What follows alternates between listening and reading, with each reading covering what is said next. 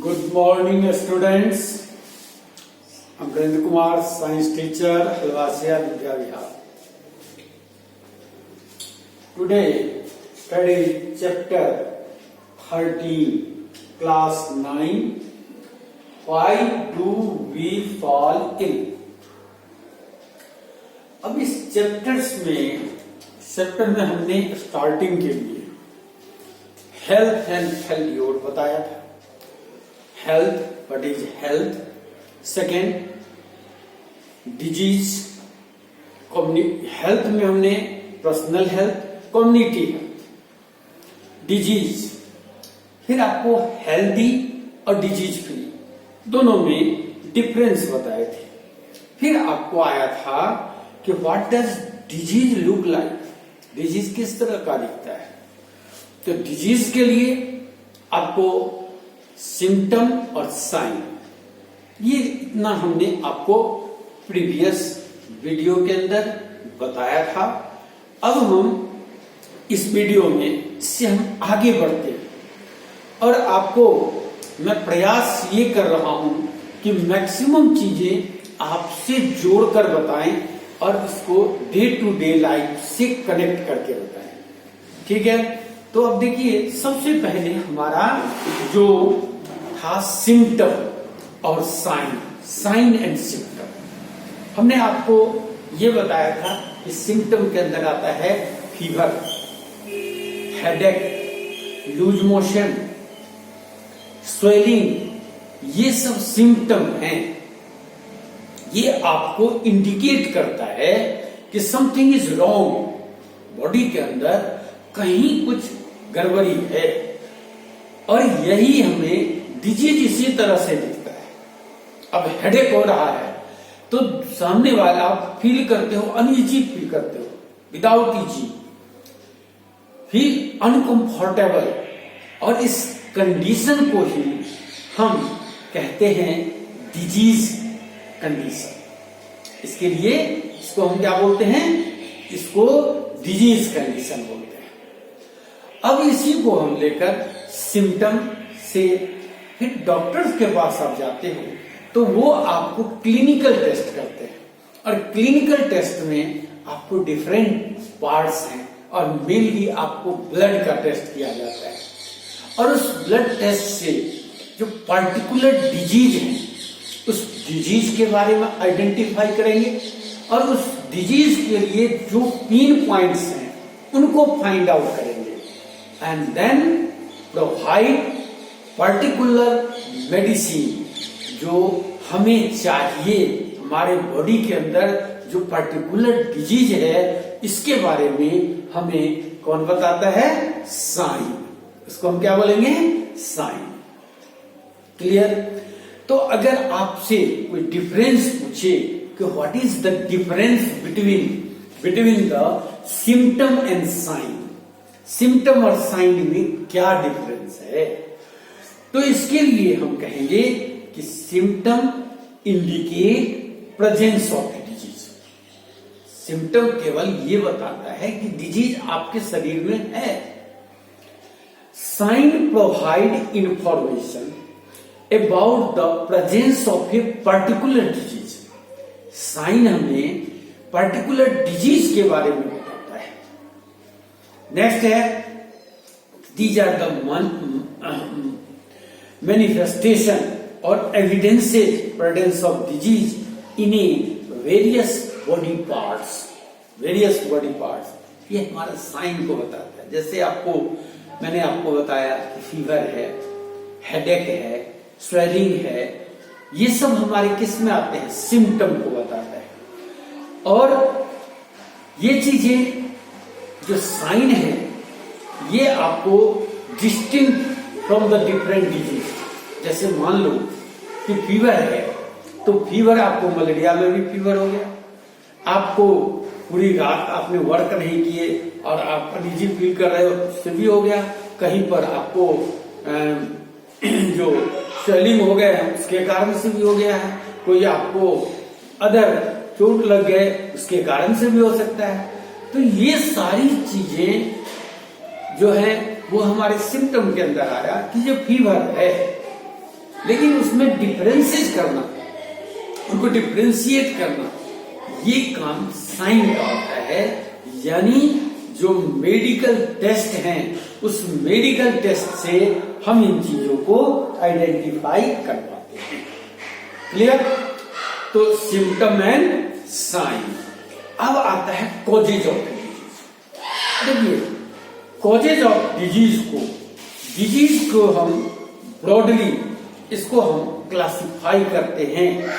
जो various factor हैं, causes हैं और सोर्सेज हैं।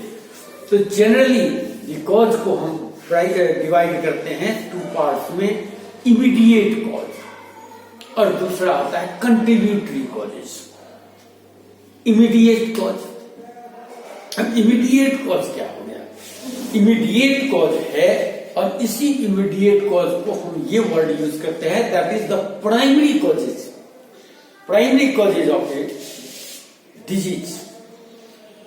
यानी आप और इसको फर्स्ट लेवल कॉज, जैसे पैथोजेंस है, माइक्रोब्स है, इस माइक्रोब्स के कारण से कोई डिजीज हुआ, ये चीज प्राइमरी कॉज है।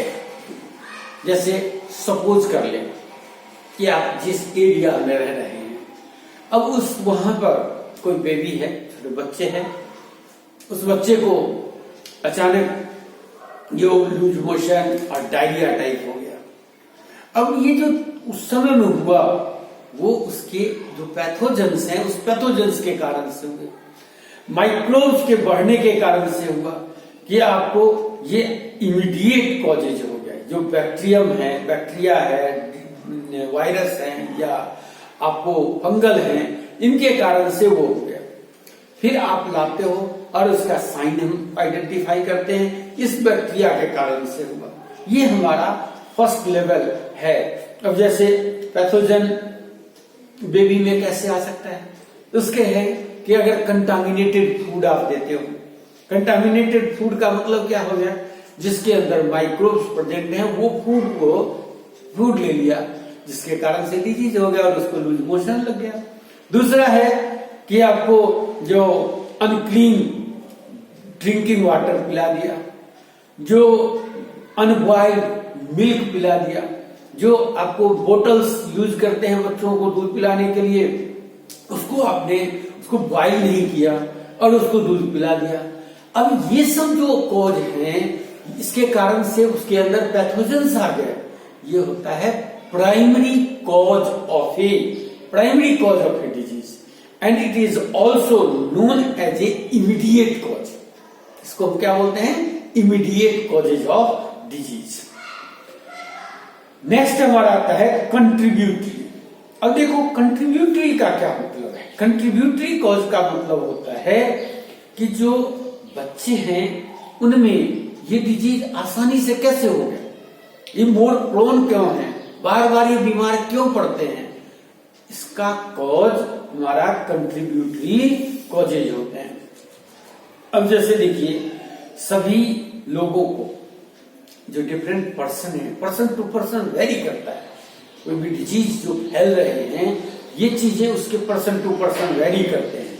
जैसे आप ये कहेंगे कि वहां पर जो जिस एरिया में रह रहा है, उस एरिया के अंदर वाटर सप्लाई सही नहीं है, जहां पर रह रहा है वाटर लॉगिंग है, माइक्रोब्स का ग्रोथ होता है, और पुअर कंडीशन भी हो सकती है।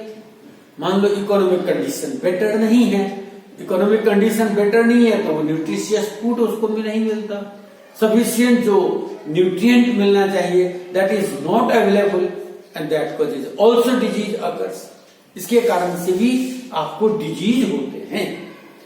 और अदर कॉजेज हैं कि आपको उसको जो जेनेटिकली भी डिसऑर्डर हो सकता है, जेनेटिकली उसको मिला, and that causes the such disease are occurs. और तो इसको हम बोलते हैं that is known as a second level causes, और it is known as contributory cause. Nutrients नहीं मिल पाया, जो जिस एरिया में रह रहा है वो एरिया, वहां आपको प्रॉपर वाटर सप्लाई नहीं है, क्लीन वाटर नहीं है, कंटामिनेटेड मिलते हैं, उसके जो फूड लेने का लेवल है वो भी उसको अवेलेबल नहीं हो पाता, कभी पूरा भोजन मिलता है कभी नहीं भी मिलता। तो ये सब जो कॉजेज हैं ये आपको कंट्रीब्यूटरी कॉजेज होता है, जो किस सोसाइटी में रह रहा है, कहाँ रह रहा है, किस तरह की व्यवस्था है, ये सब भी ये हमारे कंट्रीब्यूटरी कॉजेज के अंदर आते हैं। थर्ड लेवल आपको कॉज होता है किसके अंदर, जो प्रेजेंस ऑफ डिजीज है, डिजीज के लिए कि nourishment of baby belong to the poor household, ठीक है, पुअर पर्सन जनरली ये अनक्लीन सराउंडिंग के अंदर रहते हैं, और अनक्लीन सराउंडिंग होंगे तो वहां पर जो माइक्रोब्स हैं उनके भी ग्रोथ बढ़ जाते हैं, and that causes the disease occurs. साथ साथ वहां जो पब्लिक सर्विसेज हैं उसकी भी लैकिंग है, कमी है, उस लैक के कारण से वहां जो डंपिंग हो जाता है, जनरली जो आपको सीवेज सिस्टम है वो ब्लॉकेज होते हैं, तो प्रॉपर जो सीवेज ट्रीटमेंट है वो चीजें नहीं हो पाती। ये सारे कॉज आपको थर्ड लेवल कॉज के अंदर आता है, और इसको भी हम कंट्रीब्यूटरी कॉज के अंदर ही हम लेते हैं। तो हमारा क्या हुआ, टू, फर्स्ट क्या होता है प्राइमरी कॉज, और दूसरा होता है प्राइमरी कॉज के अंदर हमारा क्या आ जाएगा, प्राइमरी कॉज, और दूसरा हमारा हो जाता है इसको इमीडिएट कॉज कहते हैं। प्राइमरी कॉज को क्या बोलते हैं, इमीडिएट कॉजेज, एंड सेकेंड जो आपका है उसको बोलते हैं contributory causes. On the basis of this causes को और भी हम फर्दर डिवाइड करते हैं। ये तो हमारा प्राइम लेवल्स आ गए कि first level, second level, third level contribution. First हमारा इमीडिएट कॉजेज, सेकेंड में contributory causes of a disease. अब इनको हम अनदर वे से डिवाइड करते हैं, कॉजेज ऑफ फैक्टर्स को हम इसको डिवाइड करते हैं। फर्स्ट होता है एक्सटेंसिव और दूसरा होता है intensive. Internal factor, external factor. अब जो एक्सटर्नल फैक्टर है इसके अंदर हमें आता है जैसे डिजीज कॉजिंग माइक्रोब्स है, माइक्रो ऑर्गेनिज्म है, पैथोजेंस है। Pathogen means disease causing microbes is known as a pathogen. जो डिजीज फैलाने वाले माइक्रो ऑर्गेनिज्म हैं उनको हम कहते हैं पैथोजेंस। तो ये जो आपको एक्सटेंसिव फैक्टर में ये पहला तो हमारा पैथोजेंस होंगे जो कॉमनली जिसके कारण से ये डिजीज होता है। ये हमारा क्या आ जाएगा, एक्सटर्नल फैक्टर। अब ये होगा वहां पर पैथोजेंस का हमारे ट्रांसमिट कैसे होता है, एयर से होता है, वाटर से होता है, फूड से होता है, सॉइल है, डायरेक्ट कांटेक्ट है, फिजिकल कांटेक्ट है, इनके कारण से ये डिजीज एक्सप्रेड होते हैं, पैथोजेंस का ट्रांसमिशन होता है। दूसरा है इनएडिक्वेट डाइट। जो आपको न्यूट्रिशियस फूड है उनकी अगर कमी हो जाती है, absence of a nutritious food and lack of some nutrient, कुछ न्यूट्रिएंट्स की कमी हो जाती है बॉडी में, that causes also disease occurs. इसके कारण से भी डिजीज होती है। जैसे आप सुनते होंगे विटामिन B1 है, विटामिन A1 है, ए से विटामिन ए की कमी से नाइट ब्लाइंडनेस हो जाता है, यानी ये न्यूट्रिएंट की कमी से हो गया। तो बहुत सी ऐसी डिजीज हैं जो हमारे फूड की, जो हमारी न्यूट्रिएंट्स हैं, उन न्यूट्रिएंट्स में कमी होने के कारण से भी डिजीज होते हैं। क्लियर। नेक्स्ट है इन्वायरमेंटल कॉजेज। अब इन्वायरमेंटल पोल्यूटेंट्स हैं, इन्वायरमेंट्स के अंदर जो पोल्यूशन है उस पोल्यूशन के कारण से भी बहुत सी डिजीज होती है। खासकर जो रेस्पिरेटरी प्रॉब्लम्स हैं ये इन पोल्यूटेंट्स के कारण से ही होता है। अब जैसे आई का फ्लू हो गया, इरिटेशन आ गया, आई स्मोक ज्यादा है, आपको इन्वायरमेंट के अंदर पोल्यूटेंट्स के अमाउंट ज्यादा हो गए, कार्बन पार्टिकल ज्यादा हो गए, ये हमारे सांस लेने में भी, हमारे जो रेस्पिरेटरी सिस्टम है इनको भी इफेक्ट डालता है। तो एक तो आपका हो गया इन्वायरमेंटल। अब हमने इसके अलावा और क्या है, एक्सटर्नल हम क्या सब लेते हैं। जैसे अब देखिए कुछ लोग हैं टोबैको लेने वाले हैं, अगर कंटिन्यूअस टोबैको को लेते हैं तो टोबैको को लेने से मेनली जो माउथ का कैंसर है, कैंसर डिजीज होने की संभावना होती है। और भी है जो हमारे स्मोकिंग करने वाले हैं उनको लंग्स अफेक्टेड हो जाता है, ये हमारा एक्सटर्नल फैक्टर है। ड्रग्स लेने वाले हैं, जो अल्कोहल लेने वाले हैं, उनका किडनी है, उनका जो लीवर है वो लीवर डैमेज हो जाता है। तो ये जो चीजें आपको आई ये एक्सटर्नल फैक्टर्स हो गए। तो हमने देखिए एक्सटर्नल फैक्टर में सबसे पहला क्या लिया, पैथोजेंस का, जो माइक्रोब्स है, डिजीज कॉजिंग माइक्रोब्स हैं, उन माइक्रोब्स के कारण से डिजीज होता है।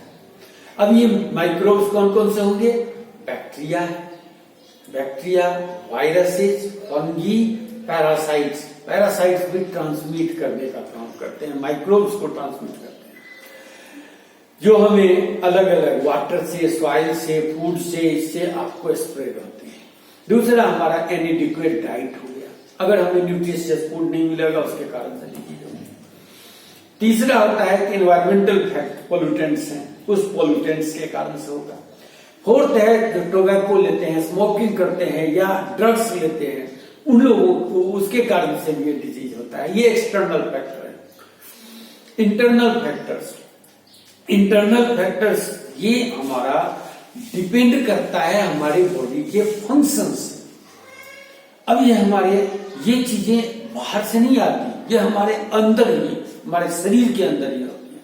जैसे malfunctioning of a proper improper functioning of the body parts, जैसे हार्ट है, किडनी है, लीवर है, अगर ये प्रॉपरली वर्क नहीं कर रहा, किसी भी कारण से वो प्रॉपरली वर्क नहीं कर रहा, तो ये हमारा इंट्रिंसिक फैक्टर है। जेनेटिक डिसऑर्डर, कुछ ऐसी भी डिजीज हैं जो आपको जेनेटिकली ट्रांसमिट होते हैं, जो पेरेंट्स में है वही चीज आपको ऑफ स्प्रिंग्स के अंदर, नेक्स्ट जनरेशन के अंदर आ जाएंगे और वो ट्रांसमिट होंगे, इसके कारण से भी डिजीज होती है।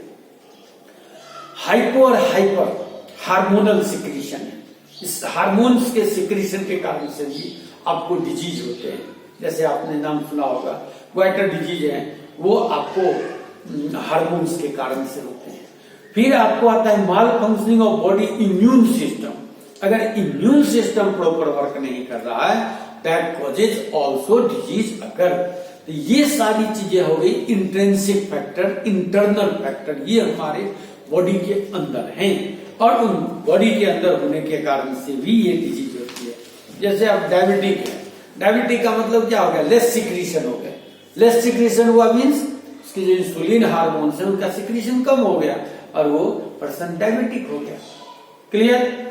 अब इस सब बेस के बाद ये जो हमारे कॉज थे, पहले हमने कॉज, इमीडिएट कॉज और कंट्रीब्यूटरी कॉज इसको बताया, इसमें first level, second level, third level तक बता दिया। उसके बाद आपको कॉजेज आए जो एक्सटर्नल फैक्टर्स के कारण से हो गया, जो एक्सटर्नल हो गए, और दूसरा इंटरनल फैक्टर्स से हो गए।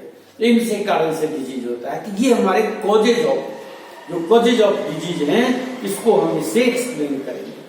अब आता है टाइप्स ऑफ डिजीज। देखिए टाइप को अभी हम डिफरेंट वे में इसको हम क्लासिफाई करते हैं। जैसे फर्स्ट हम कहते हैं कि जो टाइम ड्यूरेशन है, टाइम ड्यूरेशन के आधार पर अगर हम करें तो आपको टू टाइप्स का होता है, depending upon the duration for which the disease persist in a body, उसको हम बोलते हैं, that is called on the basis of this two types. First is acute और सेकेंड होता है आपको क्रोनिक डिजीज। देखिए एक्यूट डिजीज का मतलब कि this disease last for short period of time and are severe. ये आपको काफी तेजी से होगा और इसके कारण से आप अनईजी फील करोगे, लेकिन ये है क्या, शॉर्ट ड्यूरेशन के लिए होता है। और शॉर्ट ड्यूरेशन के होने के कारण ये हमारे हेल्थ को लॉन्ग टाइम तक, ज्यादा दिन तक हमारे बॉडी पार्ट्स को उसको इफेक्ट नहीं डाल पाता है। ये आपको ये डिजीज, एक्यूट डिजीज जैसे कॉमन कोल्ड है, ये आसानी से हो जाता है, टाइफाइड है, कॉलरा है, ये डिजीज आपको होते हैं एक्यूट डिजीज। इसके कारण से तुरंत में आपको बहुत ज्यादा लगेगा कि इन्फेक्शन से परेशानी आ रही है, but do not affects the body parts और ऑर्गन्स। ठीक है, तो इस डिजीज को बोलेंगे acute disease, last for the short period of time, just a few days या वीक, है ना, that is called the acute. Chronic disease हम कहते हैं कि last for the long time और some time life time, means यानी हमारी पूरे लाइफ तक ये डिजीज हमें परेशान करता रहता है। ऐसे डिजीज को हम क्रोनिक डिजीज कहते हैं। क्रोनिक डिजीज है जैसे आपको डायबिटीज हो गया, तो डायबिटीज ये आपको क्रोनिक डिजीज है, ये आपको लाइफ टाइम तक चलेगा। अगर आप में थोड़ा भी वेट को मेंटेन करके नहीं चलते तो वो लाइफ टाइम होगा। ट्यूबरकुलोसिस है, ये हमारा लाइफ टाइम तक चलता है, इसको हमें मेंटेन करना पड़ता है, और इसके कारण से हमारे जो बॉडी पार्ट्स हैं दैट इज ऑल्सो इफेक्टेड, वो भी इफेक्टेड हो जाएगा। जैसे आप देख लो कि इसमें आप आता है डायबिटीज है, तो डायबिटीज के अंदर क्या होते हैं, ये हमारे जो इंसुलिन का सिक्रीशन है, पेनक्रियाज हमारा सिक्रीशन करता है, और उस सिक्रीशन कम होने के कारण से डिजीज हुई, और ये हमारे पेनक्रियाज को इफेक्ट डाल देता है, और इससे ये लॉन्ग टाइम तक चलते हैं, और समटाइम ये लाइफ टाइम तक चलते हैं। इसके बाद एक कॉमन एग्जांपल जनरली हमारे कंट्री के डिफरेंट रीजन में हम देखते हैं, वो कौन सा है, एलिफेंटेसिस है। एलिफेंटेसिस में क्या होते हैं, ये वर्म्स के कारण से होता है, और ये जो जिसको आप नाम है तो हाथी पांव, मीन्स उस वर्म्स के आने से पांव का जो साइज है वो हाथी के पांव की तरह हो जाता है, और इससे काफी इफेक्ट डालते हैं। ये हमारी बॉडी को और अदर पार्ट्स को भी इफेक्ट डालता है, और ये लॉन्ग टाइम तक चलते हैं। ये आसानी से नहीं होता, जितना ही धीरे धीरे ये आता है और उतना ही ये धीरे धीरे सम टाइम तो ये लाइफ टाइम तक ही रहता है। आप मेडिसिन खाते रहिए, लेकिन इस और वो बढ़ेगा नहीं, लेकिन वो आपको बना हुआ रह जाएगा। तो ऐसी डिजीज को हम बोलते हैं क्रोनिक डिजीज। ऐसे डिजीज को क्या कहेंगे, क्रोनिक डिजीज। पहले हमने क्या कहा, दैट इज एक्यूट डिजीज, ये क्या हो गया, क्रोनिक डिजीज। अब आपको अगर कहा जाए कि डिफरेंस कीजिए, डिफरेंस बिटवीन द एक्यूट और क्रोनिक डिजीज, तो एक्यूट डिजीज को हम किसको कहेंगे कि last for only short period of time. Chronic disease किसको कहेंगे, they are long time, last for the long time और सम टाइम लाइफ टाइम। दूसरा है it's causes no long term bad effects of a body organs और body parts.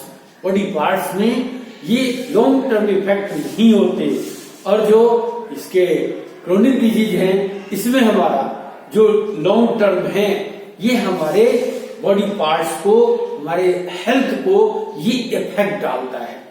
ये आपको कुछ अगर हम ट्रीटमेंट करते हैं, यानी patient recover fully after treatment, but the chronic disease not recover 100% या फुल्ली रिकवर्स, है ना, completely recovers, not recovers completely. ठीक है, there no loss of weight. जो एक्यूट डिजीज होंगे उनके अंदर हमारा कोई वेट लॉस नहीं होता, या जो आपका पेशेंट है उसके अंदर वो ज्यादा परेशानी नहीं होती, जबकि जो क्रोनिक डिजीज है इसके अंदर loss of weight of the patient के लॉस होते, वेट लॉस होते हैं। और आप एग्जाम्पल को भी ध्यान कर देंगे तो ये हमारा डिफरेंसेज हो जाएगा between acute and chronic disease. अब इस एक्यूट और क्रोनिक डिजीज के बाद हमारा और भी क्लासिफिकेशन आता है। डिजीज को हम ब्रॉडली 2 पार्ट्स में, एक तो होता है कॉन्जेनिटल डिजीज। कॉन्जेनिटल डिजीज का मतलब है जो बाय बर्थ हो, यानी जन्म के समय से अगर कोई डिजीज है तो वो कॉन्जेंटियल डिजीज होते हैं, जिसमें आपको जीन से ट्रांसफर होता है वन जनरेशन से अनदर जनरेशन में, और इसमें एनवायरमेंटल फैक्टर्स भी हैं जो उसके कारण से भी ये डिजीज आपको होते हैं। जैसे एक आप नाम सुने होंगे, सिकल सेल एनीमिया है। ये anaemia disease, that sickle cell anaemia, हाशिया की तरह शेप हो जाते हैं, सेल का शेप हो जाता है, और जो ऑक्सीजन कैरिंग कैपेसिटी है दैट इज रिड्यूसेड। तो ये सब डिजीज आपको होता है, दैट इज जेनेटिकल और कॉन्जेंटियल डिजीज, लाइफ टाइम से ही होते हैं। एक्वायर्ड डिजीज है, जैसे आप और भी सुने होंगे, कलर ब्लाइंडनेस है, ये भी आपको लाइफ टाइम होता है, यानी जो बाय बर्थ है, बर्थ के समय से ही होता है, और ये इन डिजीज को हम कम कर सकते हैं, इसको खत्म नहीं कर सकते। उसके बाद हमारा आता है that is acquired. Acquired disease किसको कहेंगे? एक्वायर्ड डिजीज होता है जो हमारे डेवलपमेंट के बाद, हमारे बर्थ के बाद अगर कोई डिजीज हमें होता है तो वो डिजीज एक्वायर्ड डिजीज कहलाता है। दो तरह का हो गया, एक तो जन्म से है, वो कॉन्जेंटियल डिजीज हो गया, जो जन्म के बाद से हुआ उसको हम एक्वायर्ड डिजीज कहेंगे।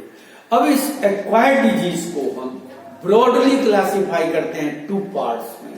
एक तो होता है इनफेक्शियस या कम्युनिकेबल डिजीज, कम्युनिकेबल डिजीज, और दूसरा होता है जो नॉन कम्युनिकेबल डिजीज है, नॉन इन्फेक्शियस डिजीज है। तो कम्युनिकेबल डिजीज या इन्फेक्शियस डिजीज, इन्फेक्शियस डिजीज को हम कहेंगे कि the disease which is transmit unhealthy person, infected person to healthy person, है ना, टू हेल्दी पर्सन, है ना, that is known as a in fact communicable disease. अब ये जो डिजीज होंगे ये जनरली कॉज्ड होते हैं माइक्रोब्स के कारण से, जैसे पैथोजेंस हैं, इन पैथोजेंस के कारण से जो डिजीज होंगे वो इन्फेक्शियस होते हैं, and that disease transmitted unhealthy person to healthy person, unhealthy से हेल्दी पर्सन में ट्रांसमिट होता रहता है। जो नॉन इन्फेक्शियस डिजीज हैं generally occurs in intrinsic factor, जो हमारे इंटरनल फैक्टर हैं उनके कारण से होते हैं, और ये आपको ट्रांसमिट नहीं होते वन पर्सन टू अनदर। जैसे आपको अदर एग्जांपल बता रहा हूं, इन्फेक्शियस डिजीज है जो आपके कॉन्टेक्ट से हो गया, वाटर से हो गया, फूड से हो गया, एयर से हो गया, इससे ये फैलते हैं। ट्यूबरकुलोसिस है, ये आपको क्या है, कम्युनिकेबल डिजीज है, ये आपको ट्रांसमिट होता है one person to another. Cholera है, ये ट्रांसमिट होता है।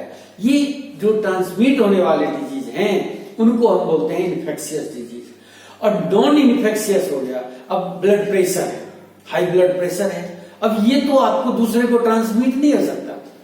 हाँ, ये जरूर कह सकते हैं कि समटाइम ये आपको जीन से आ जाते हैं, कॉन्जेंटियल होते हैं, लेकिन ये नहीं है कि आपको ट्रांसमिट होगा one person to another, unhealthy to healthy person, so it is known as a non infectious disease.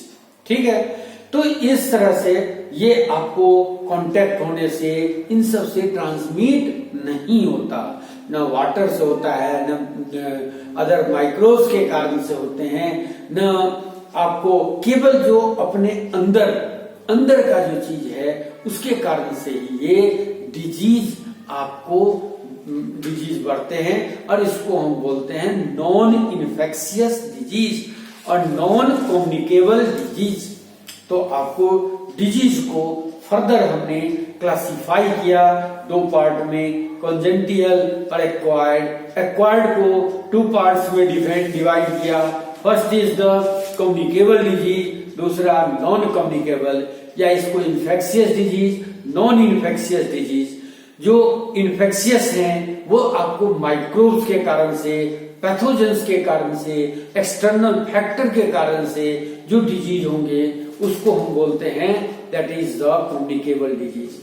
और वो फैलते भी किससे हैं, एयर है, वाटर है, फूड है, सॉइल है, इनसे ये ट्रांसमिट होते हैं from unhealthy person to healthy person.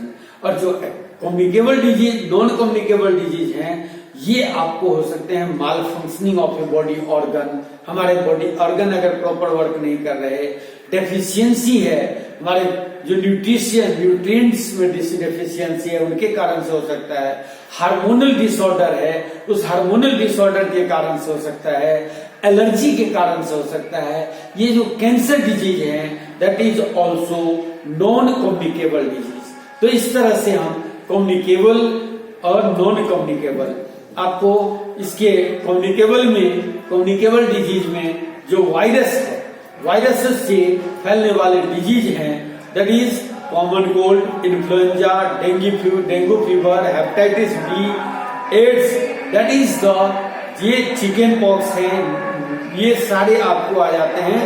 जो सारस SARS है that is also the viral disease. Bacterial disease है, बैक्टीरियल डिजीज टाइफाइड फीवर है, कॉलरा है, ट्यूबरकुलोसिस है, एंथ्रेक्स है, that is the bacterial disease. Fungi disease है जो मेनी हमारे स्किन डिजीज होते हैं, जैसे रिंग वर्म्स हो गया, एथलेट्स फुट हो गए, ये सब आपको that is the fungal disease. Fungal के बाद आता है प्रोटोजोअल, प्रोटोजोआ में मलेरिया हो गया, कालाजार हो गए, मलेरिया, कालाजार, आपको अमेबिक डिसेंट्री होती है, that is also sleeping sickness है, that is the protozoal disease. Worms हैं, वर्म्स के कारण से आपको डिजीज होते हैं एलिफेंटेसिस, या आपको जो इंटेस्टाइनल जो वर्म्स हैं, राउंड वर्म्स हैं, इनके कारण से भी आपको डिजीज होते हैं। तो ये वर्म के कारण से हो गया। तो आपको हमने क्या क्या बताया, पहला वायरस से, फिर बैक्टीरिया से, फंगी से, प्रोटोजोआ और वर्म्स, इन सभी के कारणों से आपको इन्फेक्शियस डिजीज होते हैं, दैट डिजीज आर ट्रांसमिटेड, ठीक है।